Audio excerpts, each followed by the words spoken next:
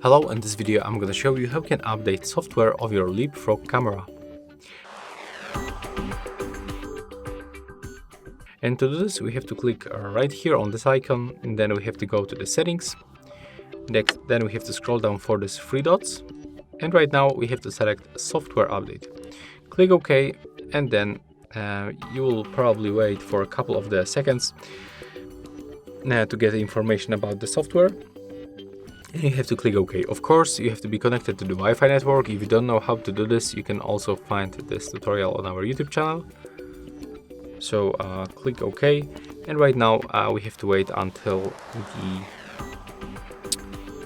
the software update will be finished. So just wait.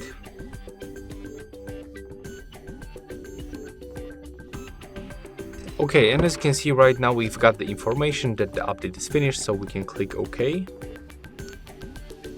And right now our device is connecting with the camera. So that's all for this video. Hope you like it.